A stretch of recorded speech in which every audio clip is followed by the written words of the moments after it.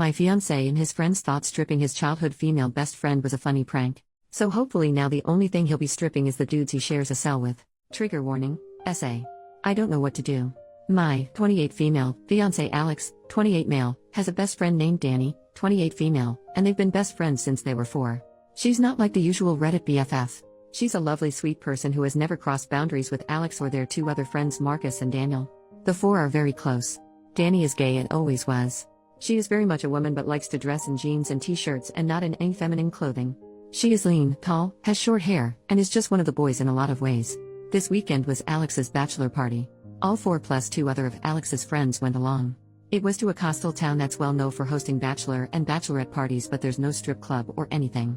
They stayed in an Airbnb and have scuba diving and kayaking planned. First night went okay, dinner, then nightclub, then home.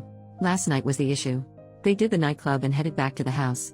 Marcus and Daniel, who are both single, brought back 2 girls from the nightclub and got busy in their bedrooms. The rest were drinking in the living room, but things got a bit loud and the 2 friends started complaining that they didn't get to go to a strip club and never got to see TTS and ass. They were blaming their wives and calling them names. Danny told them to shush as it was ruining the mood, and they both thought it would be funny if they saw Danny's body exposed to make up for it. The thing is, Alex joined in and they stripped her. She was screaming loudly and Marcus and Daniel came running and rescued Danny and put her in the bedroom with the girls and had a fight with the 3 men. Daniel doesn't drink due to a chronic medical condition and the medication he is on. So they packed up and took Danny and the 2 girls and left the other 3. Danny was hysterical and Marcus wanted her to go to the police, but she wouldn't. She was afraid to go home, so they ended up dropping the girls off and taking Danny to her parents' house, which was an hour away. Marcus was at my door at 7 a.m. this morning and he told me what happened, that if he ever sees Alex again, he's afraid of how things could go. He told me that if he can convince Danny to press charges he will. Then he left. Alex returned about 3 this afternoon. He was a ting normally until I told him Marcus visited me. He was very nervous and tried to play down what happened as a joke that got out of hand.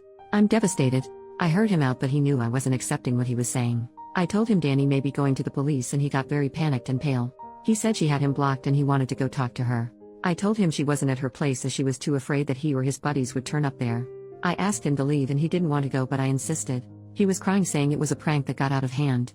I heard him out only as a courtesy to our 2-year relationship, but I'm done. I don't know this man. I don't know if I should reach out to Danny or just do nothing. Marcus and I have been in constant contact and he agrees that I have no option but to end things. I don't know where to start with canceling everything as the wedding was in 5 weeks, but it seems trivial compared to what Danny is going through right now. Marcus is convinced that Danny is going to the police after talking to her parents, so I think Alex is in trouble. I can't support him on this. Maybe I'm wrong, as he was drunk and probably had taken other things, but this was his friend from age 4 and he did this to her. I've not blocked Alex, but I've not replied or picked up any of his calls. Update the next day. It's been a terrible day. I can't reach out to my friends yet as I'm ashamed. I did tell my parents and my brother and they have been wonderful. My brother brought his friend with him when he came to stay, and today both of them packed up every bit of my ex's stuff and took it to his parents' house. My ex was there and just asked if that meant I was finished with him, and my brother said yes, and did he really expect any other reaction? His father intervened and told my ex not to say anything more. He told my brother to tell me to contact him on canceling the wedding. I'm not contacting his father ever. My parents are handling canceling the wedding, and my father got into my cousin who is a lawyer, and he is going to help and advise me as needed. I have to disentangle myself from ex on Lisa's bank account savings and such, although my brother made me transfer all of my money from joint account savings and daily accounts to my own account. It's a mess. I tried to ring Danny, but she isn't up for speaking to anyone, so I just text her that I was there for her and that I had broken up with Alex. She hasn't replied and I don't expect she will. She's in a bad way apparently. Daniel spent 3 hours with me today. There's a lot going on, but I'm afraid to say too much for fear of damaging any court case. Just to say, there are 2 videos of the incident. One by Jeb, one of the 2 friends. A lot of it is chaotic, but the last part is clear and telling apparently. The owners of the rental house apparently have gotten involved and have footage, but I can't say more. When Marcus left me, he went to both those guys' wives and told them what happened. Jeb's wife has been very helpful apparently, and she has split from him. The other guy's wife too has left him. Things are going how most of you want them to go, that's all I will say. Well, I will add it was worse than what Marcus shared. Daniel told me that before Danny found her style, she had long hair, dressed feminine, and was stunningly beautiful, and all 3 of them were in love with her as teens. Alex took her rejection very personally apparently, and Daniel says he was angry and bitter for a couple of years but hid it from her. The thought he had gotten over it, but Daniel feels this smacks of revenge against her. Scary if this is true. I have and continue to receive hundreds of texts from Alex. He told me his father told him to stop texting me, but he can't. I haven't replied or blocked based on advice. This is very hard and I don't know what way all this is going to end up. Sorry about any mistakes and typos, I'm not doing well. If there's more I will post again if I'm able. Second update 3 days later, I got a call from Danny. Daniel has been ever present, and I'm guessing it was because he knew she was going to call. There's a lot more to the story. The first night was normal as I said, but in the Saturday, Alex, Jeb, and their friend decided not to go scuba diving with Danny, Daniel, and Marcus. Danny was feeling very hungover and gave up after an hour and went back to the Airbnb. She walked into the living room to find all three guys engaging in intimate acts with two women. Jeb shouted at her to get out as this was costing them a fortune. The women were escorts. She left and went back to the boat and only told Marcus what she saw. When they all went back later, Alex told her to not tell me as it was just his last bit of freedom. She told him she was disgusted with him and that he wasn't free. She told him she would have to think about what to do. Marcus convinced her to stay another night as he and Daniel had met the two girls the night before and were seeing them again that night, and if Danny wanted to leave then Daniel would have to take her as he was her ride, and there wasn't public transport in the tiny town. So Alex cheated as did the other two. Marcus told their wives that morning but not me. He was going to do it in stages as he knew I was in shock. The actual assault went further than Marcus told me also. And while Alex hadn't actually done anything beyond pulling off her clothes, unlike the other two, he stood by and watched and did nothing to help her. She said she thought he had taken shrooms earlier but couldn't be sure. Marcus and Daniel did rescue her but things had already escalated. She went to the police immediately after she got to her parents. The Airbnb owners had also gone independently when they saw the footage. All three men are facing the consequences of their actions. Danny told me she was sorry she didn't leave and tell me immediately like she wanted to do. She is very distraught still. I didn't want to make things worse for her. I don't think I am needed for any legal proceedings, so I finally blocked Alex and his parents. The wedding is cancelled. And I'm just starting to disentangle myself from Alex on bank accounts and such. Here's my issue. I'm feeling very angry towards Marcus. It feels like he didn't really care about me. He stopped Danny from telling me so he could continue to shack up with the girl he met.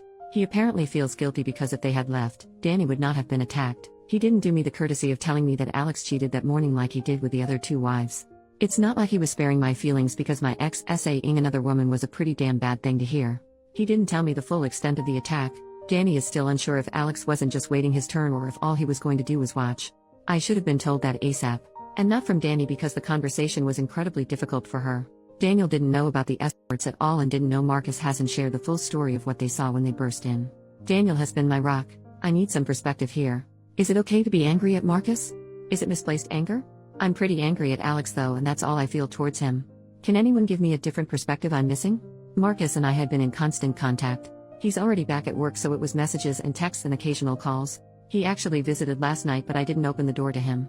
Daniel is saying whatever I feel right now is okay. But I think he's just placating me. I don't know who to trust anymore. I don't have to have any more contact with Alex and think the case will move along without me. I'm thinking of telling Daniel that I need a break from him and Marcus and that group of friends.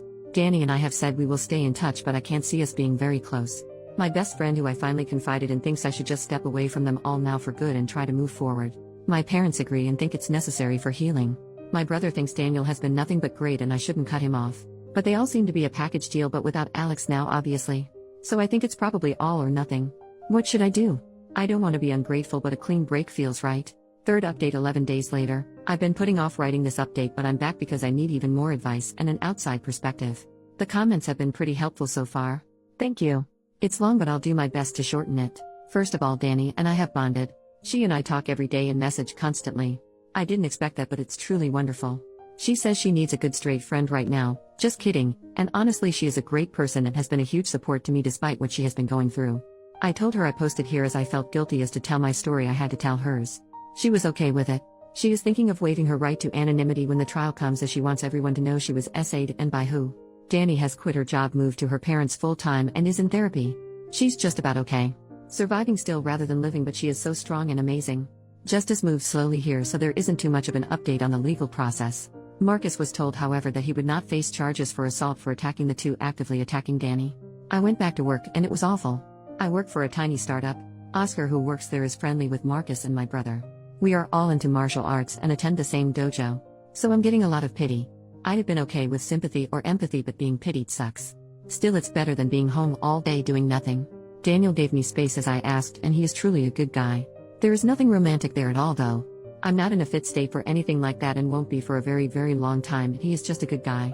No ulterior motives. We text a bit and he is in a lot of contact with Danny as well.